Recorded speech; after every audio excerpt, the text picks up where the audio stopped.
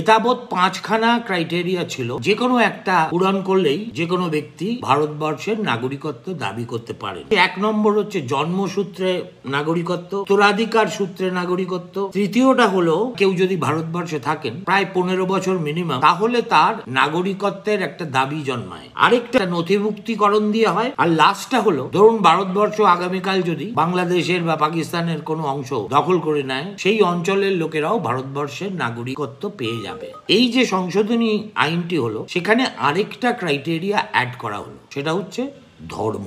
ভারতবর্ষের 3 প্রতিবেশী দেশ বাংলাদেশ, পাকিস্তান এবং আফগানিস্তানে হিন্দু, বৌদ্ধ, খ্রিস্টান, মুসলিম ছাড়া যে কোনো সংখ্যালঘু সম্প্রদায়ের মানুষ যারা 2014 সালের 31শে ডিসেম্বরের আগে ভারতবর্ষে এসেছেন, তারা তাদের ভারতবর্ষে আসার কারণ হচ্ছে সেই সব দেশে রিলিজিয়াস পারসিকিউশন, তাদেরকে এবার নাগরিকত্ব দিয়ে দেওয়া হবে।